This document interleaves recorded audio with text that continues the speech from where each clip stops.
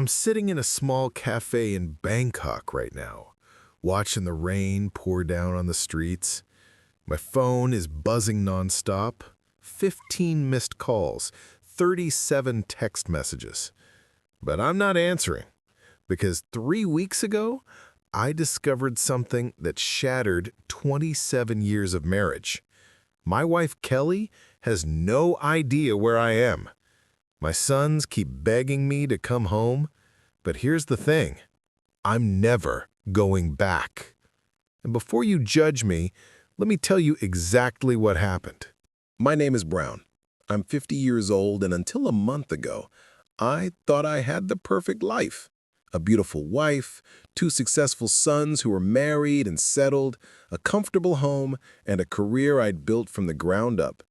I was that guy everyone envied, the one who seemed to have it all figured out, the one who posted happy family photos and celebrated anniversaries with expensive dinners. But you know what they say?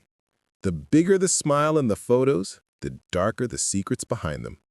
And my wife, Kelly, she was hiding the darkest secret of all. Let me paint you a picture of who we were. Kelly and I met when we were in our early 20s. She was vibrant, funny, and had this infectious energy that drew everyone to her. We got married when I was 23 and she was 20. Young, stupid, and completely in love. Or at least I thought we were. We built a life together. I worked 60-hour weeks to provide for our family. She raised our 2 boys, managed the household, and honestly, she did an incredible job. Our sons turned out to be wonderful men. They're both married now, successful in their own careers, and we were entering that golden phase of life where we could finally relax and enjoy the fruits of our labor. Kelly is 47 now, still beautiful, still energetic. Over the past year, she'd been going to the gym more, dressing differently, spending more time on her phone, but I didn't think much of it. I actually encouraged it. I thought she was having a midlife awakening, taking care of herself, finding new hobbies. I was happy for her. God, I was such a fool. It started with something small, something most people would overlook. We were having dinner one evening and her phone lit up on the table. The message preview showed a name I didn't recognize. Can't wait to see you tomorrow? The usual place? I didn't say anything. I probably should have. But instead I felt this cold sensation creep down my spine. That gut feeling that tells you something is wrong, even when your brain is desperately trying to rationalize it away. So I did something I never thought I'd do. I started paying attention. Really paying attention. Kelly had always been on her phone a lot, but now I noticed a pattern. She'd angle it away from me. She'd get up and leave the room for calls. She started taking longer grocery trips that somehow never resulted in many groceries. She joined a book club that met 3 times a week, which seemed excessive, but she insisted she loved reading. Here's the thing about lies. Once you start looking for them, they're everywhere. They're in the way someone avoids eye contact. They're in the extra time spent getting ready. They're in the new perfume, the different lipstick, the lingerie that never gets worn around you. 2 weeks of careful observation, and I knew something was definitely wrong. But I needed proof. Not for a divorce lawyer, not for our sons, but for myself.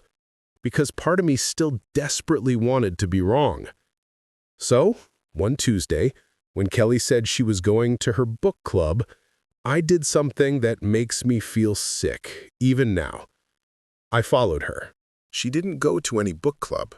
She drove to a modest apartment complex about 20 minutes from our house. She parked, checked her makeup in the rearview mirror, and walked up to a second-floor apartment, like she'd done it 100 times before. I sat in my car, my heart pounding so hard I thought I might be having a heart attack. Part of me wanted to storm up there. Part of me wanted to drive away and pretend I'd never seen anything. But I couldn't move. I was frozen, watching the window of that apartment, seeing shadows move behind the curtains. She stayed for 3 hours.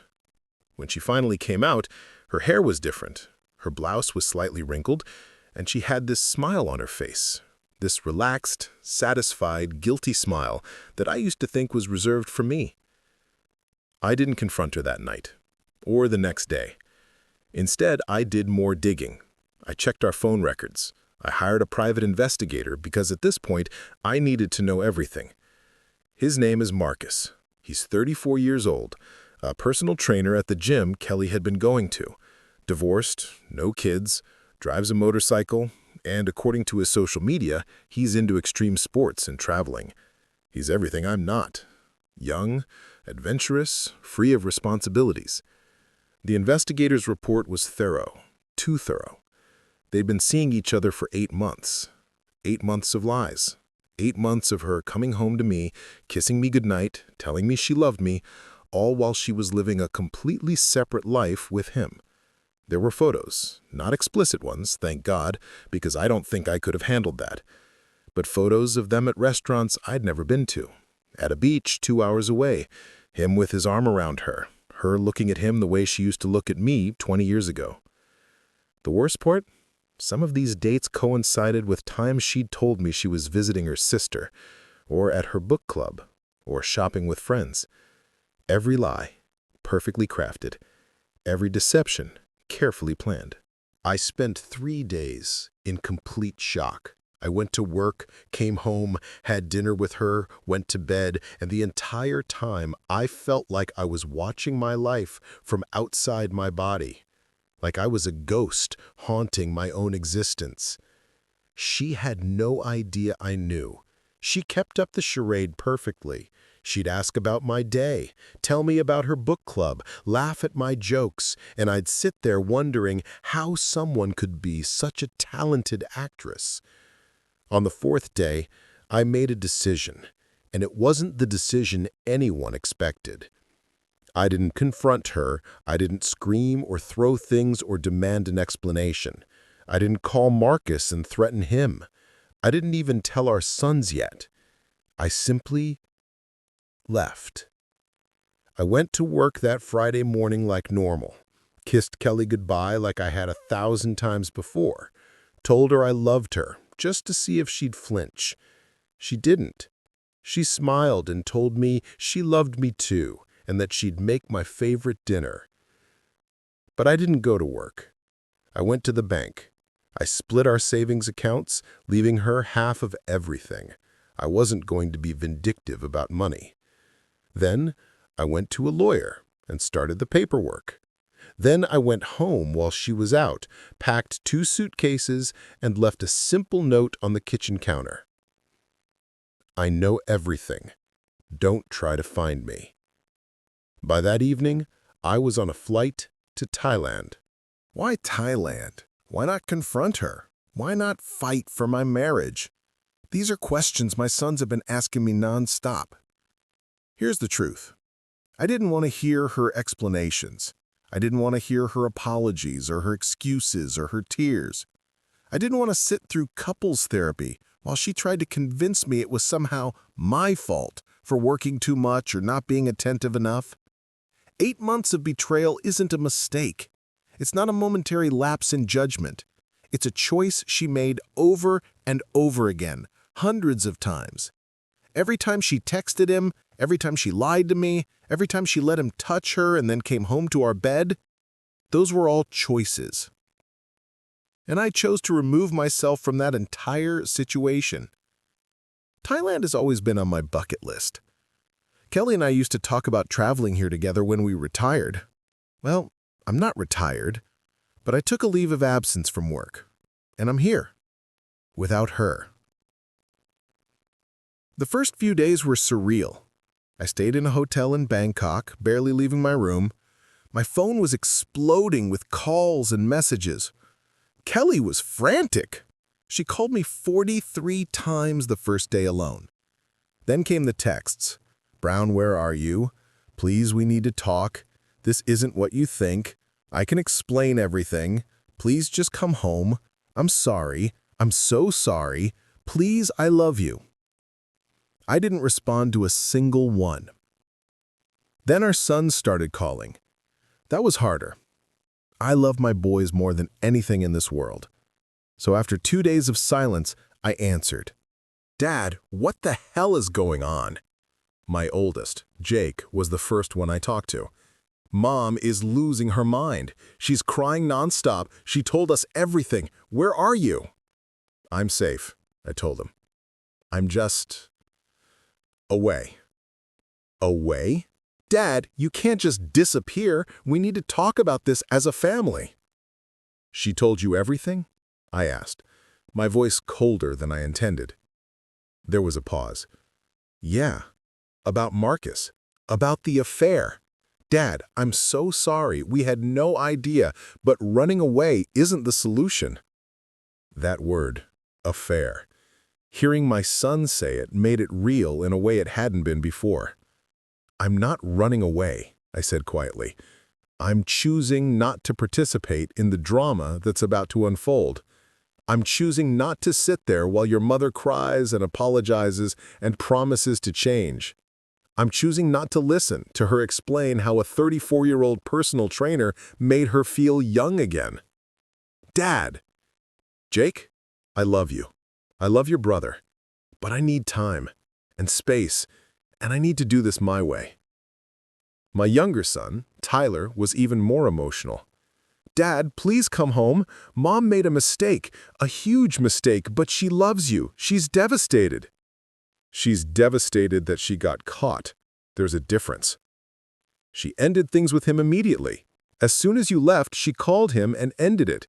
She's committed to fixing this. I laughed. Actually laughed. Tyler, she's been sleeping with him for 8 months. 8 months of lying to my face. And now that I found out she ended it, am I supposed to be grateful? I know you're hurt. Hurt doesn't even begin to cover it, I said. But I'm not coming home. Not now. Maybe not ever. Over the next 2 weeks, the pressure to return home intensified. My sons called me daily. They told me that Kelly was falling apart, that she wasn't eating, that she couldn't sleep, that she'd started seeing a therapist, that she'd written me a 10-page letter explaining everything. They told me that Marcus had apologized to them, that he felt terrible, that he never meant for things to go that far, as if that made any difference. They told me that families go through rough patches, that marriage takes work, that I was throwing away 27 years over one mistake. One mistake. That phrase kept coming up, as if 8 months of calculated deception could be classified as one mistake. Then came the shocking part. Both of my sons told me they'd forgiven her. Dad, we talked to Mom for hours, Jake said. She explained what happened. She was going through something, feeling invisible, feeling old. This guy gave her attention and she made a terrible decision. But she's our mom, and she's genuinely remorseful. We've decided to forgive her and help her through this. I was quiet for a long moment. That's your choice, I finally said, and I respect it. She's your mother. You should have a relationship with her. But you won't forgive her? I didn't say that, I replied. Forgiveness is complicated. Maybe someday I will. But forgiveness doesn't mean reconciliation. It doesn't mean going back to how things were. It doesn't mean pretending this didn't happen. So you're just going to stay in Thailand forever? I don't know, I answered honestly. Right now I'm taking things one day at a time. And that's what I've been doing. Taking things one day at a time. Thailand is beautiful. I've moved from Bangkok to Chiang Mai, a smaller city in the north. I'm renting a small apartment near the old city. Every morning, I wake up to the sound of monks chanting from the nearby temple. I've started taking Thai language classes. I eat at local restaurants where I'm the only foreigner. I've made friends with the guy who runs the coffee shop downstairs. I'm learning to be alone. And here's the surprising part. I don't hate it. For the first time in 30 years, I'm not living my life for someone else. I'm not working to provide for a family. I'm not coming home to make dinner and watch TV and have the same conversations we've had 1,000 times before. I'm not planning my weekends around obligations and family gatherings and maintaining appearances. I'm just existing for me. And it's terrifying. and liberating in equal measure. I've started journaling. I've started working out. I joined a meditation class at a local temple. I've made more progress in processing my emotions in 3 weeks here than I probably would have made in 3 years of couples therapy back home. Don't get me wrong, I'm not healed. Some days I wake up angry. Some days I wake up sad. Some days I wake up and for a brief moment I forget what happened. And then reality crashes down and I have to breathe through the pain all over again. But I'm dealing with it on my own, without having to see her face, without having to hear her voice, without having to navigate the complicated emotions of loving someone and hating what they did at the same time. Kelly still messages me, not as frequently now, but regularly. I read them, even though I don't respond. Some of them are apologies, long, rambling explanations about how she never meant to hurt me, how she got caught up in something she couldn't control, how she knows she destroyed everything, and she's living with that guilt every day.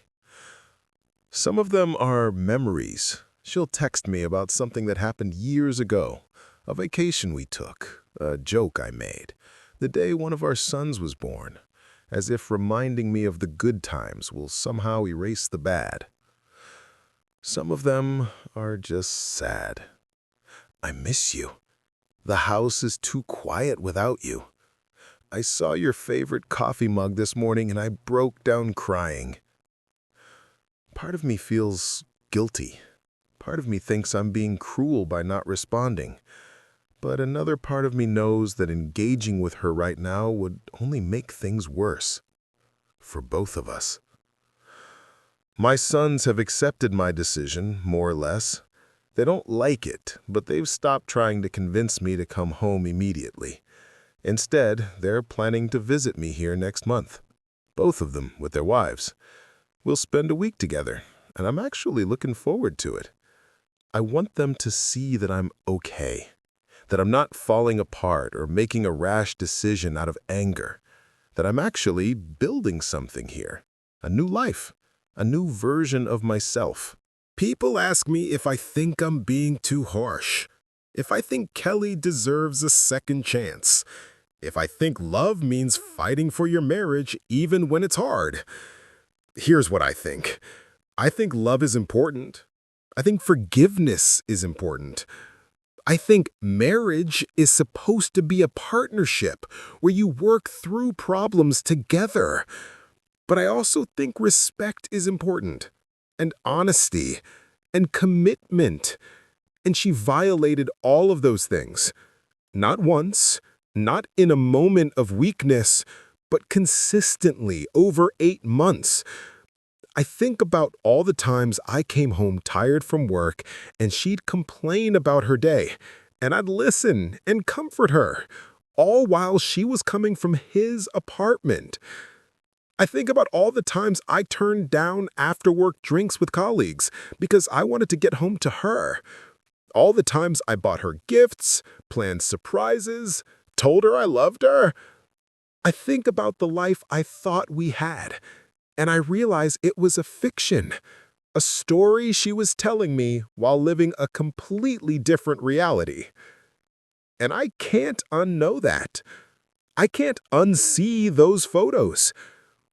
I can't unhear my sons saying, "Dad, she's devastated," as if her pain somehow erases what she did. So no, I don't think I'm being too harsh. I think I'm protecting myself. I think I'm choosing my own mental health and emotional well-being over the comfort of others. And maybe that makes me selfish, but for the first time in my life, I'm okay with being selfish. What happens next? I honestly don't know. My visa here is good for another 2 months. After that, I'll need to figure out a more permanent solution. I've been looking into long-term visas, possibly even starting a small business here. There's a community of expats who run language schools, coffee shops, tour companies. Maybe I'll join them. Or maybe I'll move somewhere else. Vietnam, Cambodia, Japan. The world is big, and for the first time, I have the freedom to explore it. Will I ever go back to the States? Probably. Eventually. To see my sons and their families, to finalize the divorce, to pack up the rest of my things. Will I ever forgive Kelly? I don't know. Maybe. Forgiveness is for me, not for her. It's about releasing the anger and resentment so they don't poison the rest of my life. But forgiveness doesn't mean reconciliation. Will we ever get back together? No. That I'm certain of. Too much has been broken. Too much trust has been shattered. You can glue a broken vase back together, but it will never hold water the same way again. If you're listening to this and you're going through something similar, I want you to know something. You don't owe anyone your pain. You don't owe anyone your forgiveness. You don't owe anyone a timeline for healing. People will tell you what you should do. They'll tell you that family is important, that marriage is sacred, that you should fight for your relationship. And maybe they're right, or maybe they don't know what they're talking about. Only you know what you can live with. Only you know what your boundaries are. Only you know what you need to heal. For me, I needed distance. I needed to remove myself from the situation entirely. I needed to stop being Kelly's husband and start being just Brown again. And sitting here in this cafe in Chiang Mai, watching the rain fall, drinking Thai coffee that's too sweet and too strong, I think I made the right choice. My phone is buzzing again. It's Kelly. I let it go to voicemail. I'm not ready yet. Maybe I never will be. And that's okay. To Kelly, if you're somehow listening to this, I want you to know that I don't hate you. I'm angry, yes. I'm hurt, yes. But I don't hate you. You gave me 2 incredible sons. You gave me 27 years of companionship. You gave me memories that I'll cherish, even if they're now tainted by what came after. But you also gave me a wake-up call. You showed me that I was living on autopilot, that I was so focused on being a good husband and a good father and a good provider that I forgot to be a person with my own wants and needs and dreams. So in a twisted way, maybe I should thank you, because you forced me to start living again, just not with you. To everyone else listening, thank you for staying with me through this story. I know it's long, I know it's messy, but life is long and messy, and sometimes we need to share our mess with others to make sense of it. I'm Brown. I'm 50 years old, I'm in Thailand, and for the first time in a long time, I'm figuring out who I am when I'm not defined by someone else. And that's my story. At least, this chapter of it.